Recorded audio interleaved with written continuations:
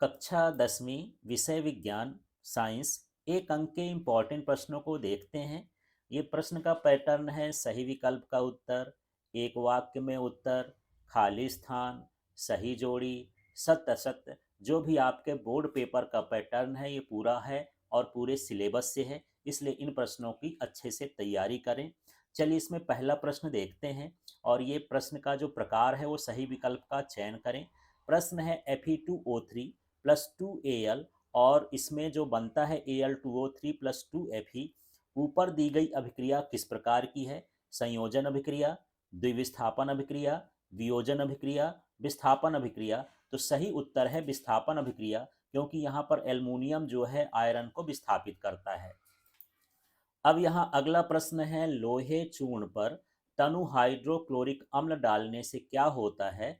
Hydrogen gas एवं iron chloride बनता है, क्लोरीन गैस एवं आयरन हाइड्रोक्साइड बनता है, कोई अभिक्रिया नहीं होती है, आयरन लवण एवं जल बनता है। तो इसका सही उत्तर है ए, हाइड्रोजन गैस एवं आयरन क्लोराइड बनता है।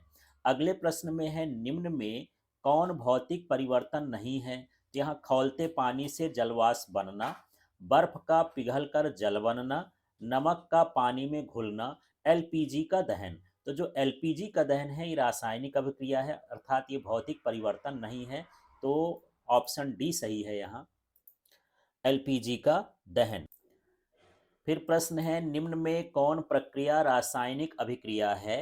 एक गैस सिलेंडर में उच्च दाब पर ऑक्सीजन गैस को संग्रह करना, वायु का द्रवीकरण, चाइना डिश में पेट्रोल को खुले में रखना, तांबे के तार को हवा की उपस्थिति में उच्च ताप पर गर्म करना। तो यही पर ऑप्शन यही डी करेक्ट है। तांबे के तार को हवा की उपस्थिति में उच्च ताप पर गर्म करना एक रासायनिक अभिक्रिया का उदाहरण है। फिर अगला है, कोई विलयन लाल लिटमस को नीला कर देता है, इसका पीएच संभवतः होगा 1, 4, 5, 10। तो इसका सही उत्तर है 10। फिर है प्रश्न, कोई विलयन अंडे के पिसे हुए कवच से अभिक्रिया करके एक गैस उत्पन्न करता है जो चूने के पानी को दूधिया कर देता है। इस विलयन में क्या होगा? NaCl, HCl, LiCl, KCl। तो यहाँ पर सही उत्तर है HCl। फिर है प्रश्न, अपच का उपचार करने के लिए निम्न में से किस औषधि का उपयोग किया जाता है? Antibiotic, analgesic, antacid, antiseptic. तो ये होता है एंटासिड। फिर है प्रश्न, एक जलीय घोल लाल लिटमस के विलयन को नीला कर देता है, निम्न में से कौन किसे अधिकता मिलाने पर वह रंग पुनः वापस आ जाएगा? बेकिंग पाउडर, चूना, अमोनियम हाइड्रोक्साइड और ये हाइड्रोक्लोरिक अम्ल। तो हाइड्रोक्लोरिक अम्ल मिलाने पर वह पुनः वापस आ जाएगा, क्योंकि उससे लवण बनेगा और विलयन उदासीन हो जाएगा। फिर प्रश्न है, निम्न में कौन सा लवण क्रिस्टलन जल युक्त नहीं है? नीला थोथा, खाना खाने का सोडा, धावन सोडा, जिप्सम। तो यहाँ पर जो खाने का सोडा है वो क्रिस्टलन जल युक्त नहीं है। पाचन के समय अमाशयिक पाचक रसों का पीएच मान है। तो ये पाचन के समय इन रसों का जो पीएच मान होता है 7 से कम होता है। इसमें ऑप्शन दिया है 7 से कम, 7 से अधिक, 7 के बराबर 0। तो ये हो जाएगा 7 से कम। फिर प्रश्न है, खाना बनाते समय यदि बर्तन की तली बाहर से काली हो रही है तो इसका मतलब है भोजन पूरी तरह से नहीं पका है, ईंधन पूरी तरह से नहीं जल रहा है, ईंधन आर्द्र है, ईंधन पूरी तरह से जल रहा है। तो सही उत्तर है ईंधन पूरी पूरी तरह से नहीं जल रहा है। अमोनिया एक अणु NH3 में है, तो इसमें केवल एकल बंध है, केवल द्विबंध है, केवल त्रिबंध है, द्विबंध और एकल बंध है। तो यदि आप अमोनिया देखेंगे तो यहाँ इस तरह से हम लिखते हैं, ये H है, इसके बाद यहाँ भी H जुड़ता है और यहाँ भी H जुड़ता है। ये सभी एकल बंध से जुड़े हैं, तो यहाँ पर सही उत्तर हो जाएगा केवल एकल बंध। फिर यहाँ प्रश्न देखते हैं, निम्न में से किस यौगिक में OH एक क्रियात्मक समूह है? ब्यूटेनॉन, ब्यूटेनॉल, ब्यूटेनॉइक अम्ल, ब्यूटेनल। तो ये ब्यूटानॉल है, क्योंकि ये एल्कोहल का नाम है, तो एल्कोहल में OH समूह जुड़ा होता है, तो सही ऑप्शन क्या होगा, ब्यूटेनॉल। फिर यहाँ प्रश्न है, लोहे के फ्राइंग पैन को जंग से बचाने के लिए निम्नलिखित में से कौन सी विधि उपयुक्त है? ग्रीस लगाकर, पेंट लगाकर, जिंक की परत चढ़ाकर, ये सभी। तो यहाँ पर सही ऑप्शन है जिंक की परत चढ़ाकर। फिर प्रश्न है, कोई धातु ऑक्सीजन के साथ अभिक्रिया कर उच्च गलनांक वाला यौगिक निर्मित करता है, यह यौगिक जल में विलेय है, यह तत्व हो सकता है कैल्शियम, कार्बन, सिलिकॉन, लोहा। तो यह तत्व क्या हो सकता है, कैल्शियम, जो जल में विलेय हो जाता है।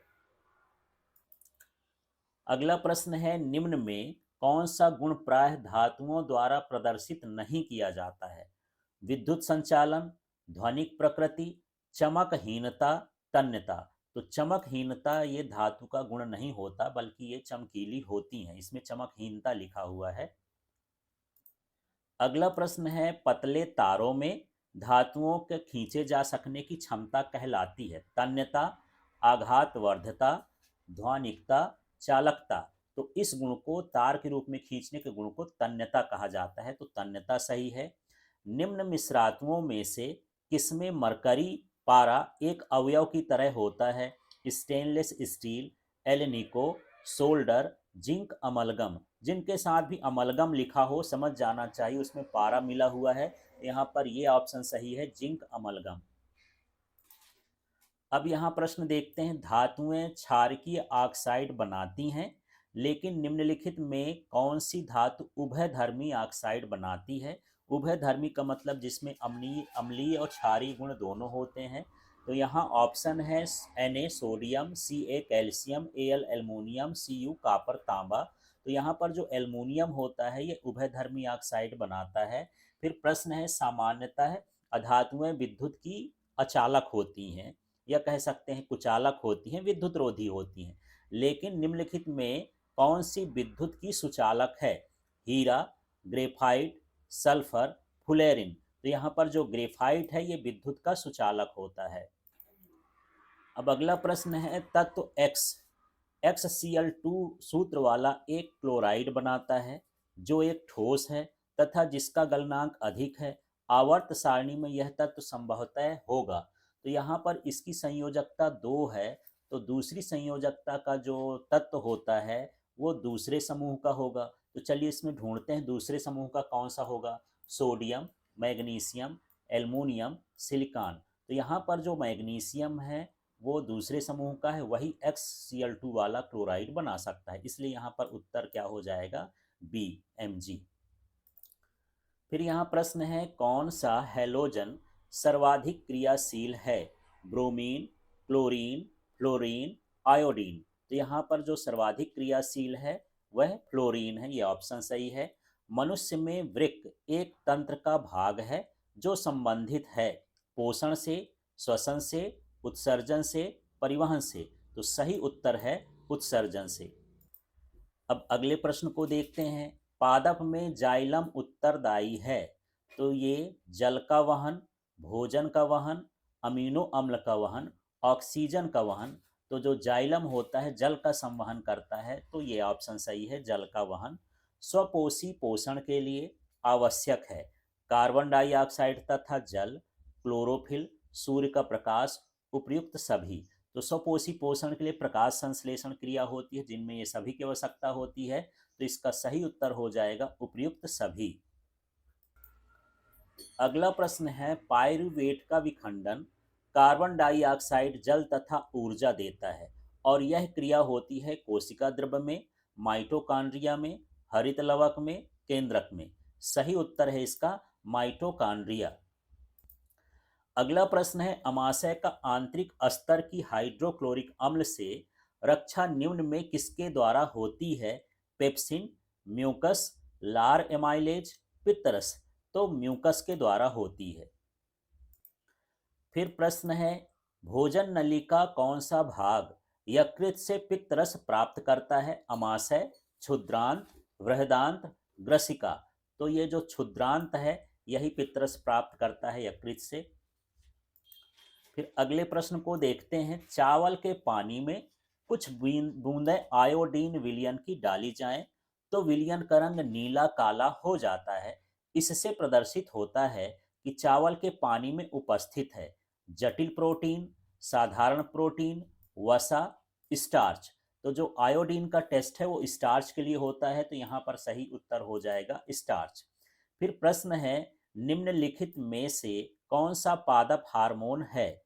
Insulin, thyroxine, oestrogen, cytokinin. तो ये सभी जंतु हार्मोन हैं, इंसान में पाए जाते हैं, और साइटोकाइनिन जो है पादप हार्मोन है, तो इसका सही उत्तर हो जाएगा साइटोकाइनिन।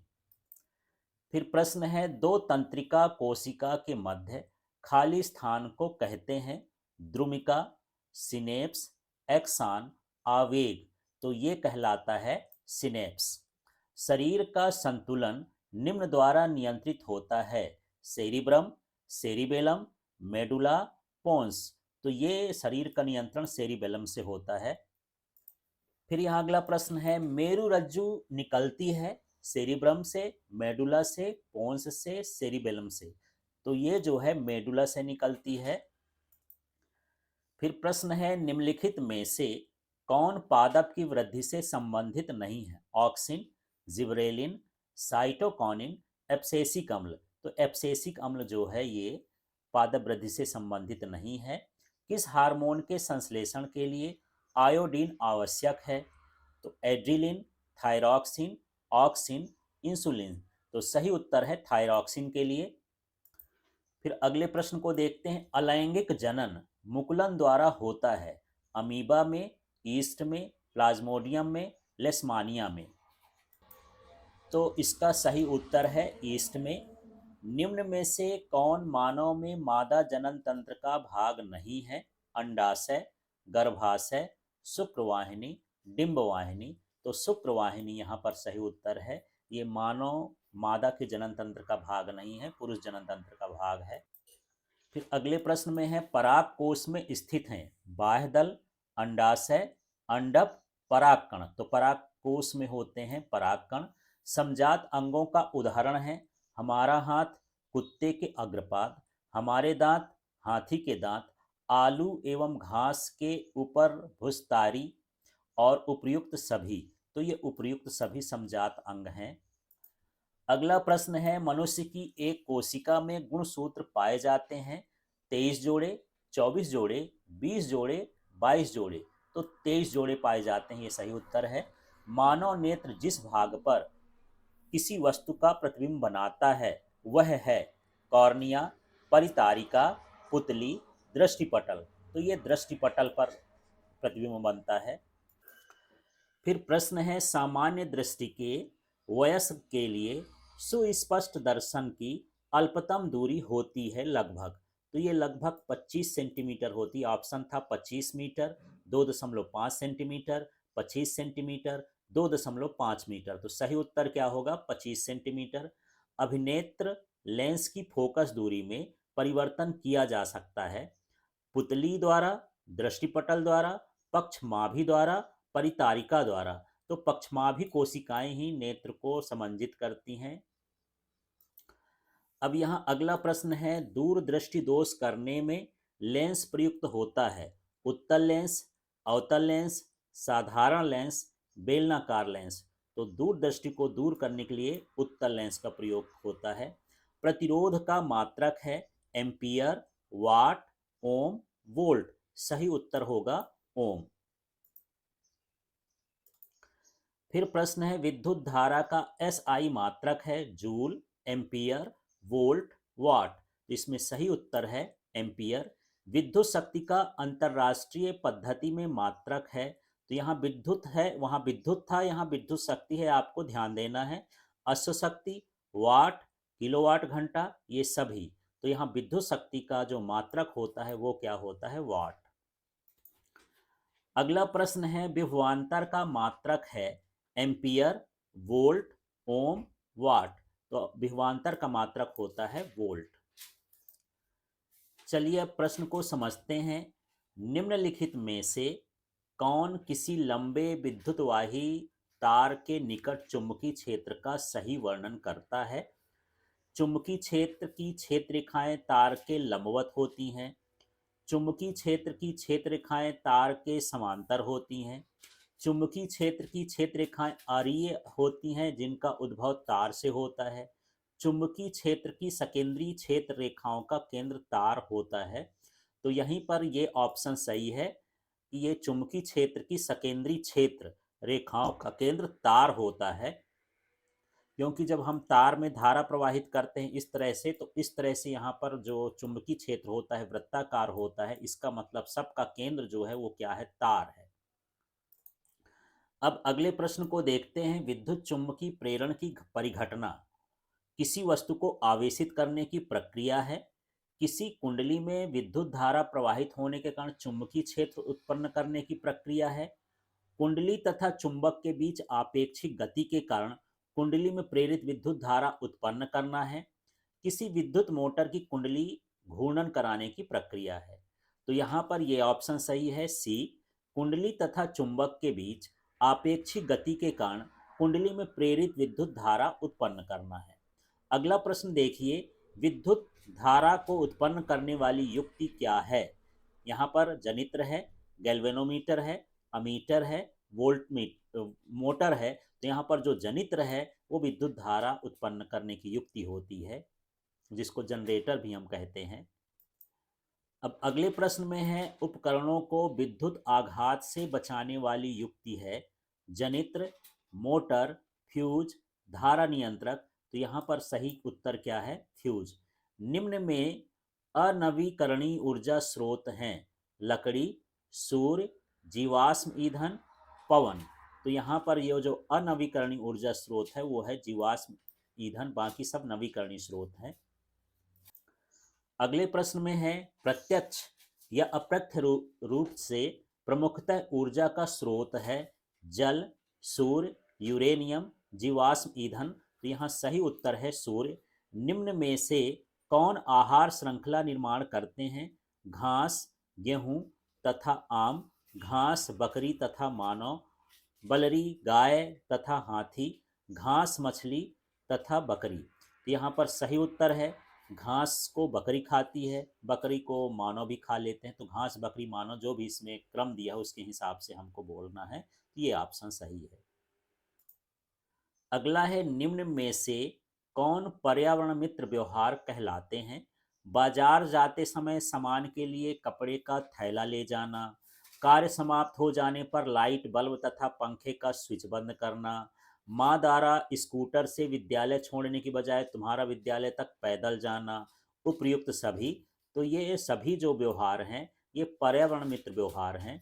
एक पारितंत्र में होते हैं सभी सजीव, सभी अजैव वस्तुएं, सभी सजीव एवं अजैव वस्तुएं, कभी सजीव कभी अजैव वस्तुएं। तो यहाँ एक पारितंत्र में जो है ऑप्शन सी सही है, सभी सजीव तथा अजीव वस्तुएं या निर्जीव वस्तुएं मिलाकर के पारितंत्र बनाती हैं। अब यहाँ प्रश्न है, वे जीव जो अकार्बनिक यौगिकों से विकिरण ऊर्जा का प्रयोग करके कार्बोहाइड्रेट्स में संश्लेषण करते हैं कहलाते हैं अपघटक, उत्पादक, शाकाहारी, मांसाहारी। तो ये क्या कहलाते हैं, उत्पादक कहलाते हैं। फिर प्रश्न है, निम्न में प्राकृतिक स्रोत कौन सा नहीं है, मृदा, जल, विद्युत, पवन। तो यहाँ पर विद्युत जो है प्राकृतिक स्रोत नहीं है। विश्व में सबसे तेजी से कम होने वाला प्राकृतिक संसाधन है जल, वन, पवन, सौर का प्रकाश। तो इसमें जो ऑप्शन है उसके अनुसार जो वन है वो सर्वाधिक हनन हो रहा, दोहन हो रहा इसका। चलिए अब हम देख रहे हैं उन प्रश्नों को जिनमें खाली स्थान को भरना है। तो प्रश्न है, रिक्त स्थानों की पूर्ति करिए। तो चलिए देखते हैं, यहाँ किसी रासायनिक अभिक्रिया का समीकरण के रूप में प्रतीकात्मक निरूपण खाली स्थान कहलाता है। तो हम इसको बोलते हैं रासायनिक समीकरण। ऐसी अभिक्रियाएं जिनमें दो या दो से अधिक अभिकारक संयुक्त होकर एकल उत्पाद का निर्माण करते हैं, तो ऐसी अभिक्रियाओं को संयोजन अभिक्रियाएं कहते हैं। और आपको ये समझना है कि यहाँ पर यदि रासायनिक समीकरण की परिभाषा आ जाए तो इसकी परिभाषा है, संयोजन अभिक्रिया की आ जाए तो इसकी परिभाषा है। तो आपको इसको इस तरह से पढ़ना है कि यदि अलग से 2 नंबर 3 नंबर में भी आ जाए तो ये प्रश्न आपसे बन जाए। जब किसी अभिक्रिया में, अगला प्रश्न देखते हैं, जब किसी अभिक्रिया में एकल अभिकर्मक टूटकर दो या दो से अधिक छोटे छोटे उत्पादों में विभक्त हो जाता है, तब यह अभिक्रिया विघटन अभिक्रिया या वियोजन अभिक्रिया कहलाती है। फिर हम आगे में हैं, जब एक अभिकर्मक तत्व दूसरे अभिकर्मक यौगिक में से दूसरे तत्व को विस्थापित करके स्वयं उसका स्थान ग्रहण कर लेता है, तब वह अभिक्रिया खाली स्थान कहलाती है। तो इस तरह की अभिक्रिया को हम विस्थापन अभिक्रिया कहते हैं।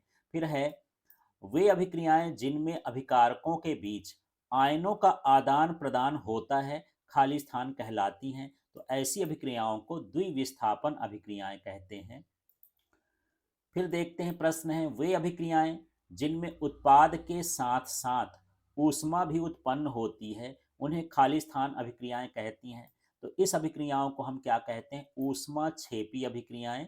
फिर है, धात्विक ऑक्साइड प्रायः खाली स्थान होते हैं, क्षारकीय होते हैं। अधात्विक ऑक्साइड प्रायः खाली स्थान होते हैं, अम्लीय होते हैं। जल एक खाली स्थान ऑक्साइड है, उदासीन ऑक्साइड है।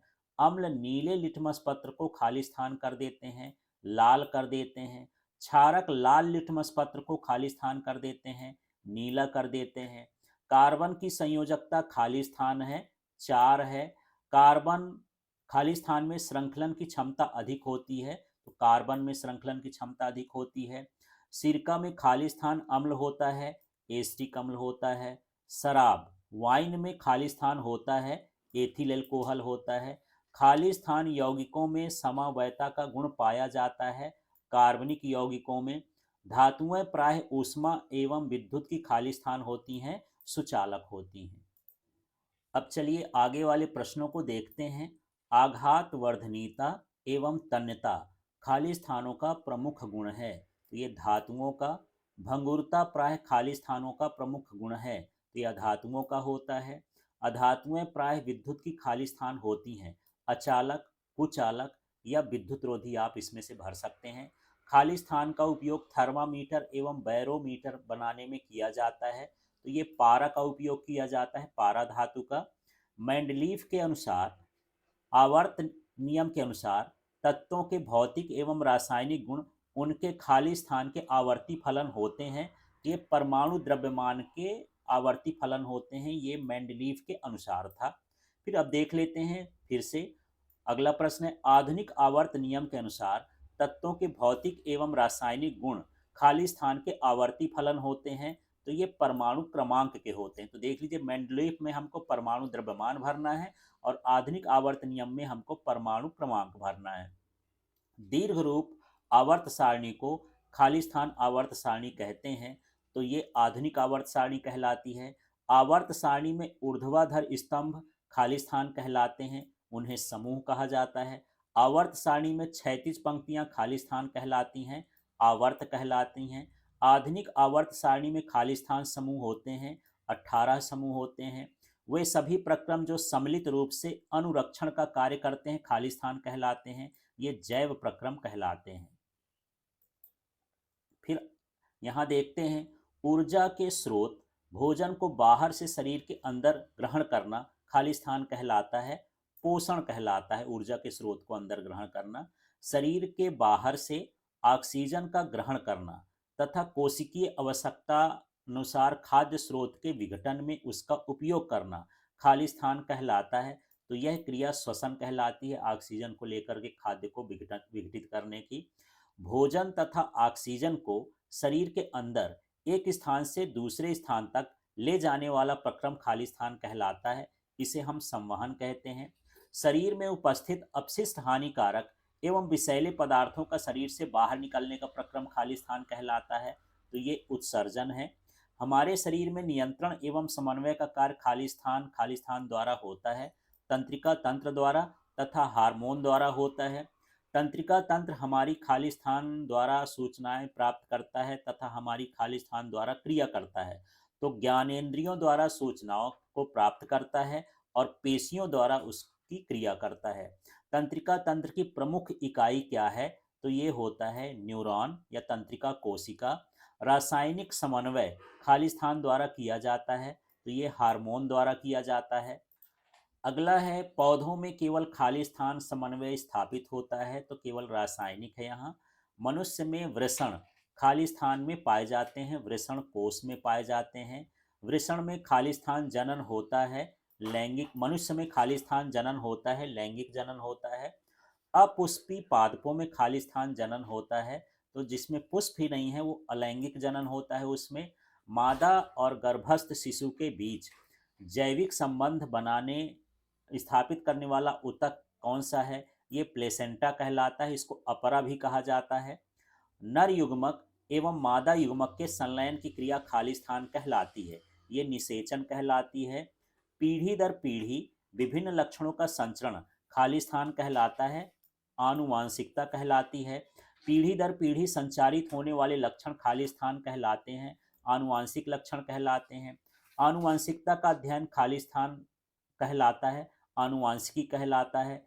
कर्ण पल्लव को पेशियां अक्लदाढ़ मानव के खाली स्थान अंग हैं, तो कर्ण पल्लव की पेशियां और अक्लदाढ़ मानव के अवशेषी अंग कहलाते हैं।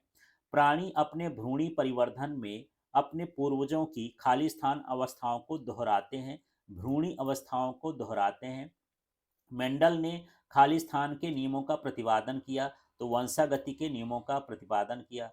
खाली स्थान लेंस और खाली स्थान दर्पण में प्रतिबिंब सदैव छोटा और सीधा बनता है, तो यहाँ पर अवतल लेंस हो या उत्तल दर्पण हो तो उसमें प्रतिबिंब सदैव छोटा और सीधा बनता है।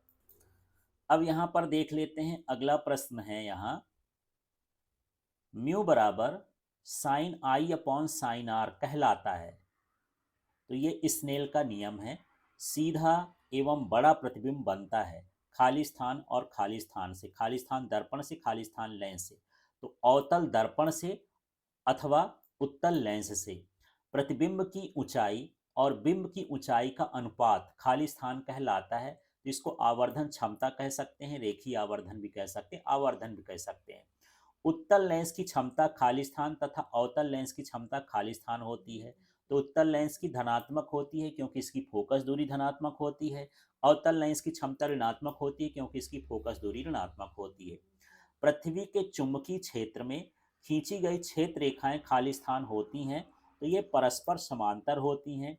चुंबकीय क्षेत्र रेखाएं परस्पर प्रतिच्छेद खाली स्थान करती हैं? नहीं करती हैं। चुंबकीय ध्रुवों के पास क्षेत्र रेखाएं खाली स्थान होती हैं, सघन होती हैं। चुंबकीय क्षेत्र रेखाएं खाली स्थान वक्र होती हैं, ये बंद वक्र होती हैं। विद्युत तथा चुंबकत्व में संबंध खाली स्थान ने ज्ञात किया, तो इसको ऑर्स्टेड ने ज्ञात किया। बायोगैस का प्रमुख अवयव खाली स्थान है, तो ये मीथेन है, या मीथेन जो है बायोगैस से बनती है, दोनों में से कोई भी खाली स्थान भरने के लिए आ सकता है। कोयला ऊर्जा का खाली स्थान स्रोत है, तो ये अनवीकरणीय स्रोत है। सौर तापन युक्त की सतह खाली स्थान रंग दी जाती है, तो काली रंग दी जाती है। फिर यहाँ प्रश्न है, बायोमास ऊर्जा का खाली स्थान स्रोत है, तो ये नवीकरणीय स्रोत है। बांधों का उपयोग खाली स्थान ऊर्जा के उत्पादन में किया जाता है, तो यहाँ पर जल से विद्युत ऊर्जा के उत्पादन में किया जाता है। बांधों के जल का उपयोग विद्युत ऊर्जा के उत्पादन में किया जाता है, तो इस तरह से यहाँ पर आपको विद्युत ऊर्जा भरना है। अब चलिए अगले प्रश्नों को देखना है जिसमें हमको सत्य असत्य बताना है। तो यहाँ प्रश्न है, वनों के कटान से आर्थिक लाभ तो होता ही है लेकिन पर्यावरण का कोई हानि नहीं पहुँचती है, ये असत्य है। जल जीवन है, सत्य है। जंगली जंतुओं का संरक्षण मानव के लिए खतरनाक हो सकता है, असत्य है। वन वर्षा को आमंत्रित करते हैं तथा मृदा अपरदन को रोकते हैं, बिल्कुल सत्य है।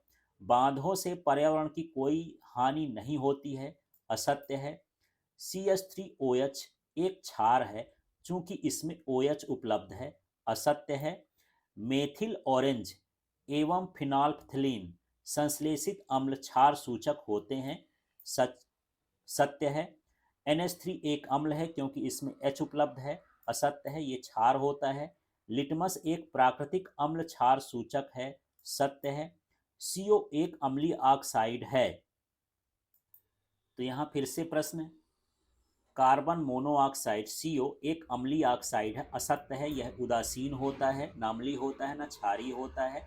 सोडियम अति क्रियाशील धातु है, सत्य है, इसलिए इसे मिट्टी के तेल के अंदर रखा जाता है। दो अधातुओं के समांग मिश्रण को मिश्रातु कहते हैं, ये असत्य है क्योंकि यहाँ अधातु लिखा है। यहाँ पर धातु होना चाहिए, धातु धातु या धातु अधातु, कम से कम एक धातु होती है तभी वो मिश्रातु कहलाता है। धातुओं के ऑक्साइड प्रायः खाली स्थान प्रकृति के होते हैं, क्षारकी प्रकृति के होते हैं, सत्य है। स्टेनलेस स्टील में तांबा मिला होता है, असत्य है, तांबा नहीं मिला होता। अधातुओं के ऑक्साइड प्रायः अम्लीय प्रकृति के होते हैं, सत्य है। क्षैतिज पंक्तियां समूह कहलाती हैं, असत्य है। समूह एक के तत्व क्षार धातुएं कहलाती हैं, सत्य है। ऊर्ध्वाधर स्तंभ आवर्त कहलाते हैं, असत्य है, समूह कहलाते हैं। समूह 17 के तत्व को हैलोजन कहते हैं, ये भी सत्य है।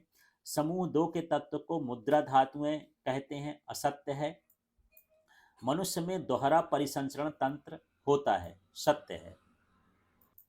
आगे का प्रश्न है, बायां आलिंद शरीर के विभिन्न भागों से आए ऑक्सीजन जनित रक्त को ग्रहण करता है, असत्य है। बायां निलय ऑक्सीजन जनित रक्त को शरीर के विभिन्न भागों में प्रेषित करता है, सत्य है। बायां आलिंद ऑक्सीजन जनित रक्त को दाएं निलय में प्रेषित करता है, असत्य है। हृदय की संरचना आप अच्छे समझेंगे तब इसको समझ पाएंगे। दायां आलिंद अनाक्सी जनित रक्त को शरीर के विभिन्न भागों में आने जाने पर ग्रहण करता है, सत्य है। ये सारी चीज़ें अभी हम बड़े क्वेश्चनों में समझेंगे, देखेंगे। आकस्मिक पर्यावरणीय संवेदना की तुरंत प्रतिक्रिया प्रतिवर्ती क्रिया कहलाती है, सत्य है। संवेदी न्यूरॉन मेरुरज्जु से आवेग को पेशियों तक पहुंचाती है, असत्य है। मोटर न्यूरॉन ग्राही अंगों से आवेग को मेरुरज्जु तक पहुंचाती है, असत्य है, उल्टा है ये। संवेदी आवेगों के गमन का पथ ग्राही से मेरुरज्जु होते हुए पेशियों तक प्रतिवर्ती चाप कहलाता है, सत्य है। मनुष्य को सोचने समझने वाला भाग पश्च मस्तिष्क कहलाता है, असत्य है। सुनने, सूंघने, दृष्टि एवं याददाश्त के केंद्र में अग्र मस्तिष्क स्थित होता है, अग्र मस्तिष्क में ये सारी चीजें स्थित होती हैं, सत्य है। फिर यहाँ प्रश्न है, लार आना, उल्टी आना, रक्तचाप आदि अनैच्छिक क्रियाएं पश्च मस्तिष्क के मैडुला द्वारा नियंत्रित होती हैं, सत्य है। अनुमस्तिष्क हमारे शरीर के संतुलन को नियंत्रित नहीं करता है, असत्य है, नियंत्रित करता है। पुष्प के लाल एवं सफेद रंग में सफेद प्रभावी एवं लाल अप्रभावी होता है, असत्य है, उल्टा लिखा है, लाल प्रभावी और सफेद अप्रभावी होता है। बीजों के गोल एवं झुर्रीदार गुणों में गोल प्रभावी तथा झुर्रीदार अप्रभावी लक्षण हैं, सत्य है। जिन अंगों का हम निरंतर उपयोग करते हैं वे क्षीण होते जाते हैं, असत्य है। प्रकृति योग्यतम का चयन करती है, सत्य है। जो गुण एक पीढ़ी से दूसरी पीढ़ी में संचारित नहीं होते हैं वे अनुवांशिक गुण कहलाते हैं, असत्य है, ये संचारित होते हैं, इसमें नहीं लिख दिया है। अवतल दर्पण में बने प्रतिबिंब सदैव वास्तविक होते हैं, असत्य है। लेंस की क्षमता का मात्रक डायप्टर होता है, सत्य है। उत्तल लेंस में सदैव वास्तविक प्रतिबिंब बनते हैं, असत्य है। फिर है यहाँ प्रश्न, अपवर्तनांक का कोई मात्रक नहीं होता, सत्य है। कांच का अपवर्तनांक 1 से कम होता है, असत्य है, 1 से अधिक होता है, 1.5 होता है। अधिकतम प्रतिरोध प्राप्त करने के लिए प्रतिरोधकों को श्रेणी क्रम में संयोजित करना चाहिए, सत्य है। श्रेणी क्रम संयोजन से प्रतिरोध का मान बढ़ता है। I बराबर V बटे R, यहाँ V बटे R है, अर्थात विद्युत धारा, अच्छा इसमें बटे होना चाहिए पर गुणे में लिख दिया है, अर्थात विद्युत धारा बराबर विभवांतर गुणे प्रतिरोध, असत्य है, ये विभवांतर बटे प्रतिरोध होना चाहिए। न्यूनतम प्रतिरोध प्राप्त करने के लिए प्रतिरोधकों को समांतर क्रम में संयोजित करना चाहिए, सत्य है। हार्स पावर विद्युत ऊर्जा का मात्रक है, असत्य है, यह जो है शक्ति का मात्रक है, विद्युत शक्ति का। किसी चालक में प्रवाहित विद्युत धारा एवं उसके सिरों के मध्य विभवांतर के परस्पर संबंध का पता ओम ने लगाया था, सत्य है। घरेलू विद्युत प्रत्यावर्ती धारा एसी होती है, सत्य है। विद्युत उपकरण श्रेणी क्रम में संयोजित होते हैं, असत्य है, समांतर क्रम में संयोजित होते हैं। एसी जनित्र में विसरणी वलय का प्रयोग होता है, सत्य है। किसी परिपथ में अत्यधिक धारा प्रवाह भू संपर्क कहलाता है, असत्य है। डीसी जनित्र में विभक्त वलय प्रयुक्त होते हैं, सत्य है। चलिए अब आगे का देखते हैं। जो ऊर्जा स्रोत अनवकरणीय होते हैं वो असमाप्य होते हैं, असत्य है, समाप्य होते हैं। सौर ऊर्जा का उपयोग विद्युत उत्पादन में किया जाता है, सत्य है। जो ऊर्जा स्रोत नवीकरणीय होते हैं वो समाप्य होते हैं, ये असत्य है, असमाप्य होते हैं, नवीकरण स्रोत नहीं समाप्त होते। सौर कुकर में बाह्य सतह काली कर दी जाती है, सत्य है। सोलर कुकर का उपयोग रात्रि में भी कर सकते हैं, असत्य है। इस तरह से ये प्रश्न सत्य सत्य के थे। अब यहाँ प्रश्न है, एक शब्द या एक वाक्य में उत्तर लिखिए। ऊर्जा का विशाल प्राकृतिक स्रोत सूर्य। बायोगैस संयंत्र के लिए मुख्य निवेशी घटक क्या है? यहाँ जैव मास। रसोई घर में प्रयुक्त गैस का नाम क्या है? एलपीजी। दो नवीकरणीय ऊर्जा स्रोतों के नाम लिखिए। जल, पवन, सूर्य। दो अनवीकरणीय ऊर्जा स्रोतों के नाम लिख सकते हैं यहाँ पर, कोयला, पेट्रोलियम। फिर है जीवाश्म ईंधन का उदाहरण दीजिए। कोयला एवं पेट्रोलियम। गंगा प्रदूषण का प्रमुख एक कारण बताइए। अध जले शवों का विसर्जन।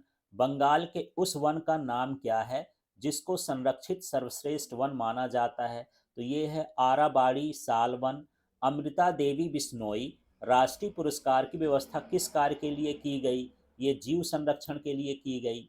वनों को अंधाधुंध कटाव से बचाने के लिए चलाए गए आंदोलन का नाम क्या है?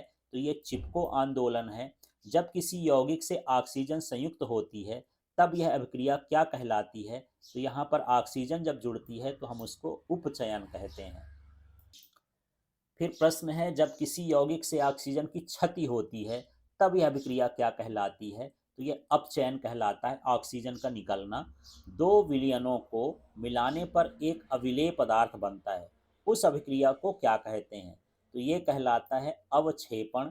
जिस अभिक्रिया में उपचयन एवं अपचयन दोनों होते हैं वह अभिक्रिया क्या कहलाती है? रेडॉक्स अभिक्रिया या उपापचय अभिक्रिया, हिंदी में लिखना चाहें तो जो भी लिख दें।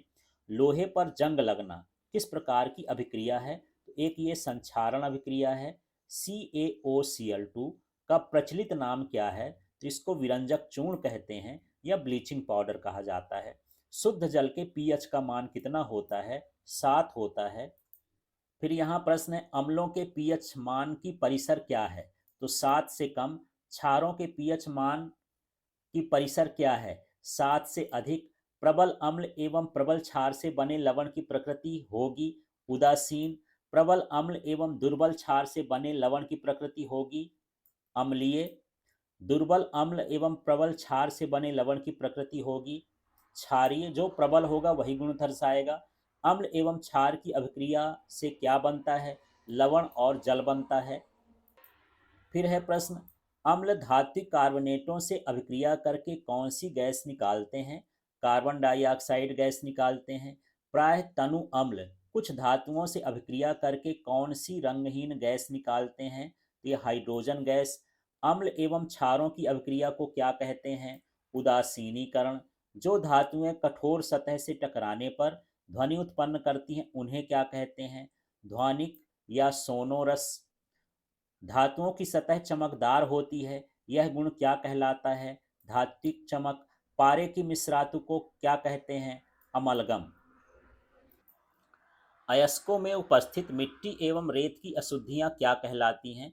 इसको गेंग कहा जाता है। जब कोई तत्व प्रकृति में विभिन्न रूपों में पाया जाता है तो इस गुण को क्या कहते हैं? यहाँ अगला प्रश्न है, जब कोई तत्व प्रकृति में विभिन्न रूपों में पाया जाता है तो इस गुण को क्या कहते हैं? अपरूपता कहते हैं। किसके दो कोष हैं तथा दोनों इलेक्ट्रॉनों से पूरित हैं? तो ये होता है नियॉन, इसमें दो कोष होते हैं, पूरी तरह से भरे होते हैं। इलेक्ट्रॉन विन्यास 282 है, ये होता है मैग्नीशियम का। कुल 3 कोष हैं तथा संयोजकता कोष में 4 इलेक्ट्रॉन हैं, तो ऐसा तत्व है सिलिकॉन। दूसरे कोष में पहले कोष से 2 गुने इलेक्ट्रॉन होते हैं, ये होता है कार्बन, परमाणु विन्यास 2 4 होता है। फिर प्रश्न है आवर्त तालिका का निर्माण किसने किया? तो मेंडलीफ ने किया। आधुनिक आवर्त तालिका का निर्माण किसने किया? तो बोर एवं बरी ने। समूह दो के तत्वों को क्या कहा जाता है? जिनको बोलते हैं क्षारीय मृदा धातुएं। प्रथम आवर्त में कितने तत्व हैं? तो ये प्रथम आवर्त में दो तत्व हैं, हाइड्रोजन और हीलियम। द्वितीय आवर्त में कितने तत्व हैं? इसमें होते हैं 8। फिर प्रश्न है सौर प्रकाश एवं क्लोरोफिल की उपस्थिति में कार्बन डाइऑक्साइड एवं जल के संश्लेषण के फलस्वरूप ग्लूकोज बनने की प्रक्रिया क्या कहलाती है? तो ये प्रकाश संश्लेषण कहलाती है। मनुष्य में ग्रहण किए गए भोजन के जटिल यौगिकों को सरल यौगिकों में विखंडित करने की सतत प्रक्रिया क्या कहलाती है? तो इसको हम पाचन कहते हैं। अपशिष्ट हानिकारक एवं विषैले पदार्थों को शरीर से बाहर निकालने में प्रयुक्त अंगों का समूह क्या कहलाता है? ये उत्सर्जित तंत्र कहलाता है। वायु की अनुपस्थिति में होने वाले श्वसन को क्या कहा जाता है? तो इसको कहते हैं अवायवीय श्वसन। पादप में वायवीय भागों द्वारा वाष्प के रूप में जल हानि क्या कहलाती है? तो ये कहलाती है वाष्पोत्सर्जन। फिर प्रश्न है हरे पौधों की पत्तियों में पाए जाने वाले वर्णक का नाम लिखिए। तो ये होता है क्लोरोफिल। पौधों में नियंत्रण एवं समन्वय किस तंत्र द्वारा होता है? तो यह अंतःस्रावी तंत्र द्वारा होता है।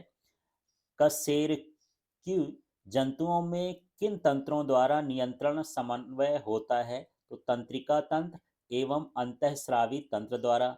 किस हार्मोन की कमी से मधुमेह रोग होता है? इंसुलिन। मनुष्य में आयोडीन की कमी से कौन सा रोग होता है? घेंघा। अग्नाशय में किस हार्मोन का स्रावण होता है अग्नाशय से? तो इसमें इंसुलिन हार्मोन यहाँ से उत्सर्जित होता है या स्रावित होता है। फिर प्रश्न है पराग कोश से पराग कणों का वर्तिकाग्र तक पहुंचने की घटना क्या कहलाती है? तो इसको हम बोलते हैं परागण। नर युग्मक एवं मादा युग्मकों के संलयन को क्या कहते हैं? निषेचन। मनुष्य में शुक्राणु जनन क्रिया कहाँ होती है? वृषण में। मनुष्य में अंडाणु जनन की क्रिया कहाँ होती है? अंडाशय में। किसी जीव के उस जैव प्रक्रम का नाम लिखिए जो उसकी समष्टि की वृद्धि में सहायता करता है। तो ये है जनन। क्या होता है जब कोई परिपक्व स्पाइरोगाइरा तंतु काफी लंबा हो जाता है? तो उसका विखंडन होता है। फिर प्रश्न है योग्यतम की उत्तरजीविता के प्रवर्तक कौन थे? डार्विन। आनुवंशिकी का जनक का क्या नाम है? तो ये है ग्रेगर जॉन मेंडल। सरीसृप एवं पक्षी वर्ग की संयोजी कड़ी का नाम लिखिए। तो इसको बोलते हैं आर्कियोप्टेरिक्स। पक्षी वर्ग एवं स्तनधारियों के बीच की कड़ी कौन है? ये है एकेडीना। लिंग निर्धारण करने वाले गुणसूत्र को क्या कहते हैं? लिंग गुणसूत्र। नेत्र के किस भाग पर वस्तुओं के प्रतिबिंब बनते हैं? दृष्टिपटल या इसी को रेटिना कहा जाता है। नेत्र लेंस की फोकस दूरी को कौन समंजित करता है? तो ये पक्षमाभी कोशिकाएं करती हैं। श्वेत प्रकाश के विक्षेपण में किस रंग के प्रकाश का विचलन सर्वाधिक होता है? तो ये होता है बैगनी रंग का। श्वेत प्रकाश के विक्षेपण में किस रंग के प्रकाश का विचलन न्यूनतम होता है? लाल रंग का। अंतरिक्ष यात्रियों को आकाश कैसा दिखाई देता है? काला। उस युक्ति का नाम क्या नाम है जो विद्युत ऊर्जा को यांत्रिक ऊर्जा में परिवर्तित करती है? तो ये होती है विद्युत मोटर। उस युक्ति का नाम क्या है जो यांत्रिक ऊर्जा को विद्युत ऊर्जा में बदल देती है? विद्युत जनित्र। फिर प्रश्न है उस युक्ति का क्या नाम है जो अति भारण एवं लघु पाथन से उपकरणों की रक्षा करती है? तो ये होता है फ्यूज तार। घरेलू परिपथ में किस प्रकार की धारा प्रवाहित होती है? प्रत्यावर्ती धारा। विद्युत घंटी में किस प्रकार की चुंबक का प्रयोग किया जाता है? तो विद्युत चुंबक या अस्थायी चुंबकों का प्रयोग किया जाता है। चलिए हम अगले प्रश्नों के पैटर्न में पहुंचते हैं और प्रश्न है सही जोड़ी बनाइए। तो यहाँ ऊष्मा के द्वारा अपघटन, ये क्या कहलाएगा? ऊष्मी अपघटन। इसके बाद यहाँ है दूसरा प्रकाश द्वारा अपघटन, तो ये कहलाएगा प्रकाशीय अपघटन। फिर ये विद्युत के द्वारा अपघटन, तो ये क्या कहलाएगा? विद्युत अपघटन। नाम में ही उसका है। ऊष्मा का अवशोषण, तो ये क्रिया कहलाएगी ऊष्मा शोषी अभिक्रिया। फिर ऊष्मा का उत्पन्न होना ये कहलाएगा ऊष्मा क्षेपी अभिक्रिया। चलिए अगली जोड़ी को देखते हैं। तो यहाँ है ब्लीचिंग पाउडर। तो ब्लीचिंग पाउडर का मतलब ये है कि ये विरंजन हेतु इसका उपयोग किया जाता है। इसके बाद है यहाँ खाने का सोडा या खाना सोडा। तो ये कहलाता है एंटासिड, जिसको हम प्रति अम्लीय भी बोलते हैं। इसके बाद तीसरा होता है धावन सोडा। तो ये इसका उपयोग कांच के निर्माण में किया जाता है। फिर सोडियम क्लोराइड, तो ये H2Cl2 बनाने में इसका प्रयोग होता है। चलिए फिर से अगली जोड़ी देखते हैं। तो प्लास्टर ऑफ पेरिस, तो इसका सूत्र अलग से पूछता भी है। ये है CaSO4 हाफ H2O। फिर दूसरा है जिप्सम। तो जिप्सम के लिए होता है CaSO4 2H2O। फिर है यहाँ पर ब्लीचिंग पाउडर। तो ब्लीचिंग पाउडर ये है CaOCl2। फिर है बुझा हुआ चूना। तो ये होता है CaOS taken twice, calcium hydroxide है ये। चलिए अगली जोड़ी देखते हैं। द्रव धातु। तो यहाँ द्रव धातु, द्रव में कौन सी धातु द्रव रूप में होती है? पारा या मरकरी। इसके बाद है द्रव अधातु। तो जो द्रव अधातु होती है वो होती है ब्रोमीन। इसके बाद यहाँ पर है सोडियम। तो सोडियम जो है वो क्या है? अति क्रियाशील धातु है। फिर यहाँ पर है चमकदार अधातु। तो जो चमकीली अधातु है वो कौन सी है? आयोडीन। इसके बाद यहाँ विद्युत की सुचालक अधातु, तो वो क्या है? ग्रेफाइट। फिर यहाँ प्रश्न है त्रिक नियम। तो यहाँ जो त्रिक नियम है ये कौन सा किसने दिया? डोबे राइनर ने। फिर यहाँ पर है अष्टक का नियम। दूसरा अष्टक का नियम है, किसने दिया इसको? इसको दिया इसको न्यूलैंड ने। यहाँ पर इससे मिलाएंगे। इसके बाद तीसरा है यह आवर्त नियम। तो आवर्त नियम किसने दिया? मैंडलीफ ने। फिर इसके बाद आधुनिक आवर्त का नियम किसने दिया? तो यहाँ जो आधुनिक आवर्त का नियम है वो किसने दिया? मोजले ने। फिर ये 18वें समूह का जो तत्व होता है वो सभी क्या होती हैं? अक्रिय गैसें होती हैं। इस तरह से यहाँ पर हमको मिलाना है। चलिए अगली जोड़ी देखते हैं। तो यहाँ नेफ्रॉन है, और नेफ्रॉन जो होता है वो वृक्क की संरचनात्मक इकाई होती है। फिर यहाँ पर ये भोजन का स्थानांतरण है। तो भोजन का स्थानांतरण फ्लोएम करता है। फिर यहाँ रक्त का थक्का बनना है। तो ये क्या है? प्लेटलेट्स है। और ऑक्सीकृत रक्त जो होता है वो क्या है? अनॉक्सीकृत रक्त, बिना ऑक्सीजन का जो रक्त है वो कहाँ पाया जाता है? शिराओं में बहता है।